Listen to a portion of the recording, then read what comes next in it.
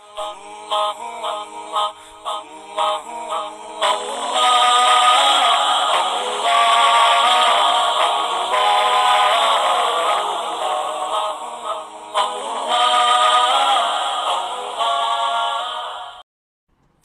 اس لیے ایک تو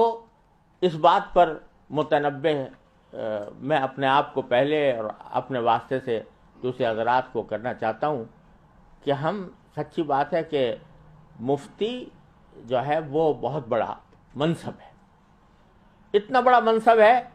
کہ علامہ نووی رحمۃ اللہ علیہ نے اور علامہ ابن قیم رحمۃ اللہ علیہ نے اس کو توقیع عن رب العالمین سے تعبیر فرمایا، توقیع عن رب العالمین، کہ جب کوئی مفتی فتویٰ دیتا ہے تو وہ در حقیقت رب العالمین کی طرف سے دستخط کر رہا ہوتا ہے۔ جو جب انسان سے پوچھا جائے کہ یہ چیز حلال ہے یا حرام ہے تو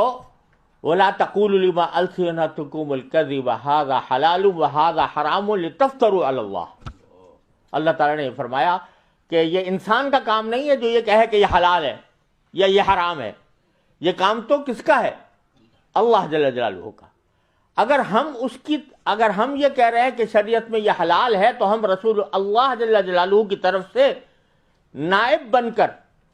اس کے وکیل بن کر ہم دستخط کر رہے ہوتے ہیں۔ تو یہ توقیع عن رب العالمین ہے۔ یہ تو در حقیقت اتنا نازک کام ہے، اتنا نازک کام ہے۔ حضرت امام مالک رحمۃ اللہ علیہ جیسا شخص، جو میں نے چاروں فقہ کا مطالعہ کرنے کی کوشش کی ہے، خاص طور سے جب میں فقہ البیوع لکھ رہا تھا اور تکمل فتح الملہم لکھنے کے دوران بھی چاروں فقہوں کا جائزہ لینے کی کوشش کی، جس قدر تدقیق امام مالک رحمۃ اللہ علیہ کے مذہب میں نظر آئی کسی مذہب میں نہیں ہے، جتنی تفریعات ان کے مذہب میں نظر آئی اور کسی مذہب میں نہیں ہے۔ لیکن وہ فرماتے ہیں امام مالک رحمۃ اللہ علیہ کہ جب تک مجھے 70 اپنے وقت کے علماء نے اجازت نہیں دے دی اس وقت تک میں نے فتویٰ دینا شروع نہیں کیا۔ 70 علماء وقت نے جب یہ کہہ دیا کہ ہاں تم فتویٰ آپ دے سکتے ہو تو میں فتویٰ دینے کے لیے بیٹھا، اور اس کے باوجود ان کو کبھی،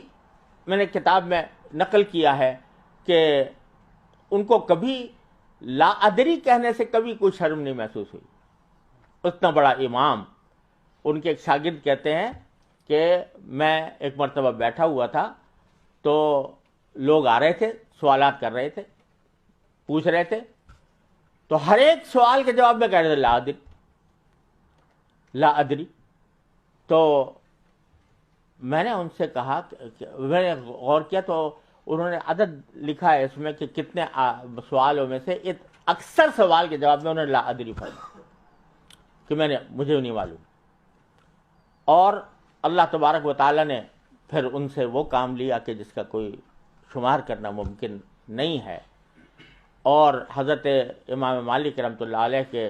تلامذہ نے ان کا علم پھیلایا، اور ساتھ میں کوئی شخص ایک مرتبہ کسی شخص نے کہا کہ حضرت یہ تو ایک خفیف سا مسئلہ ہے، معمولی سا مسئلہ ہے، تو فرمایا کہ لیس فی الفقہ شیء خفیف، فقہ میں کوئی چیز خفیف نہیں ہوتی۔ اس واسطے یہ کہہ کر میں جواب نہیں دے سکتا چاہے جب تک کہ مجھے پورا علم یقینی درجے میں حاصل نہ ہو جائے۔ اتنے بحر زخار ہونے کے باوجود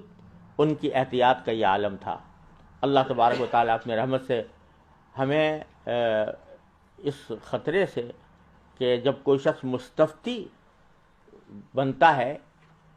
سوال کرتا ہے، تو بزرگوں نے فرمایا کہ وہ مفتی کو جواب دینے والے کو اپنے اور جہنم کے درمیان ایک واسطہ بناتا ہے، اپنے اور جہنم کے درمیان ایک واسطہ بناتا ہے کہ